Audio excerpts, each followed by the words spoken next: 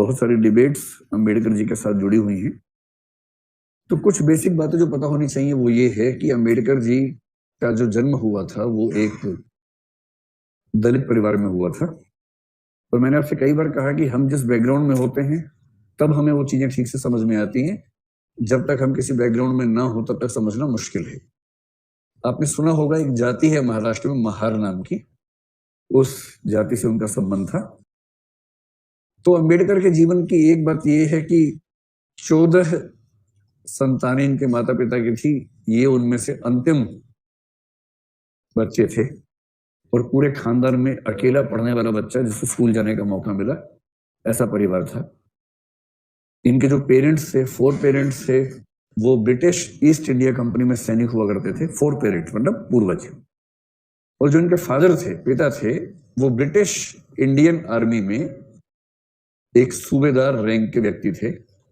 और क्योंकि वो सूबेदार रैंक के व्यक्ति थे इसलिए इनको थोड़े से बेनिफिट्स मिल गए जो इनकी जाति या इनके समाज के व्यक्तियों को सामान्यतः नहीं मिलते थे। तो इसका फायदा ये हुआ कि अम्बेडकर जी को पढ़ाई का मौका मिल गया और वो एक स्कूल में पढ़ने लगे। मतलब जिस समय वो स्कूल में पढ़ रहे थे उस समय पूरे स्कूल में अकेला दलित बच्चा यही था, भीमराव जिसका नाम था।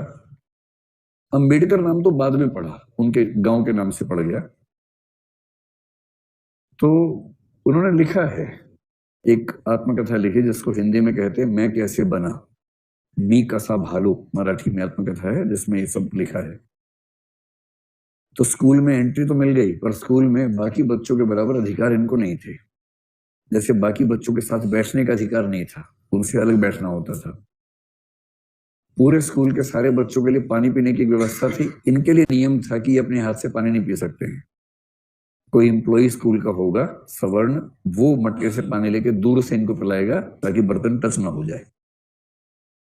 और इन्होंने लिखा है कि कई बार ऐसा होता था स्कूल में कि जिस दिन वह सहायक छुट्टी पर है जिससे ये पानी पी सकते हैं, और दिन दिन भर बिना पानी के उनको कैसे रहना पड़ता था, ऐसे जिक्र उन्होंने खूब किए। बाद में संयोग इनका बड़ा अच्छा था। संयोग ये था कि इनको एक वजीफा मिला बड़ौदा नरेश की वजह से। आपने कोल्हापुर का भी जिक्र सुना होगा, साहू जी महाराज का जिक्र सुना होगा। इन दोनों व्यक्तियों का नाम बहुत ज्यादा आता है जिन्होंने जो दलित मूवमेंट भारत में विकसित हुआ उसमें मदद की। और फिर ये बड़ौदा राज्य से स्कॉलरशिप लेकर बाहर पढ़ने के लिए चले गए, जिसमें कंडीशन ये थी कि जब लौट के आएंगे तो ये वहां सिविल सर्वेंट बनेंगे, आज की भाषा में कहें तो पीसीएस ऑफिसर बनेंगे, ये अंडरस्टैंडिंग थी। फिर इन्होंने कोलंबिया विश्वविद्यालय जो अमेरिका में है वहां से, और फिर यूके से भी, यूके में अगर मैं ठीक ध्यान कर पा रहा हूं तो कैम्ब्रिज में शायद ये थे, मैं आपको बताता हूं, London school of economics LSE, UK में London school of economics. Ambedkar को खारिज करने वाले अंबेडकर के पैर की धूल के बराबर भी नहीं है पढ़ाई लिखाई के मामले में। इसका प्रमाण यह है कि आपने ऐसे लोग देखे होंगे जिन्होंने master of arts, MA MSc M.Com कुछ किया है, कुछ व्यक्ति PhD वाले दिखे होंगे। मुझे पूरे भारतीय स्वाधीनता संग्राम में एक ही व्यक्ति दिखता है जिसने 1 नहीं 2 नहीं 4 PhD की थी, और वो डॉक्टर अंबेडकर है। 4 PhD, जिनमें से इकोनॉमिक्स में 2 PhD उन्होंने एक कोलंबिया विश्वविद्यालय से की और एक लंदन स्कूल ऑफ इकोनॉमिक्स से की।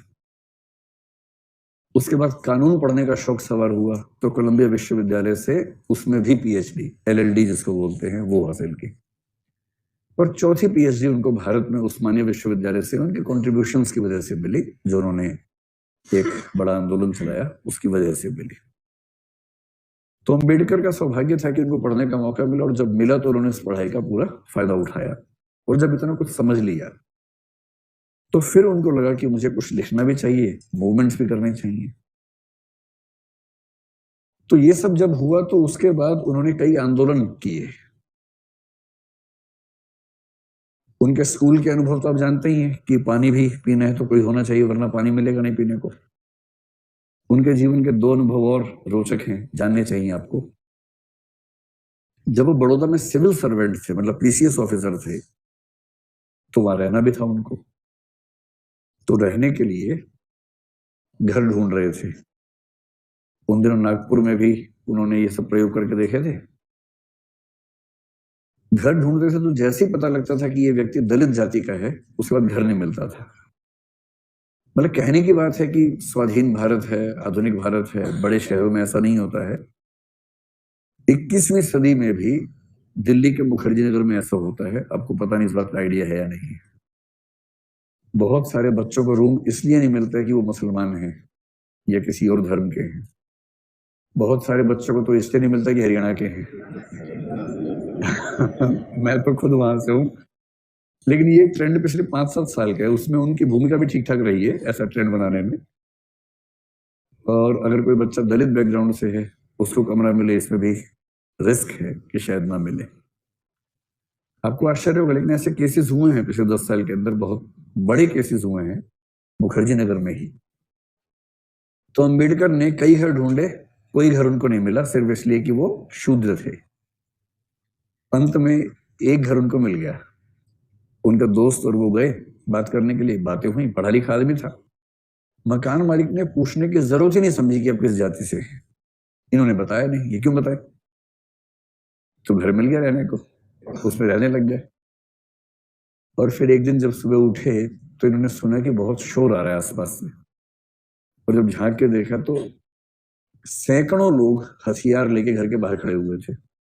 हथियार में लाठी भाला वो सब। और वो सब इनको जान से मारने पर उतारू थे। मकान मालिक भी उसमें शामिल था कि मुझे बिना बताए मेरे घर में आके रहा और मेरे घर को अपवित्र कर दिया इस आदमी ने। और उस दिन काम तमाम था, लेकिन एक दो मित्रों के सहयोग से पता नहीं कौन से रास्ते से निकले और जान बची। और ऐसा एक और वाकया हुआ। एक नदी पार करनी थी एक भाषण देने के लिए। तांगे वाले 3-4 से सबने मना कर दिया, एक ही तैयार हुआ।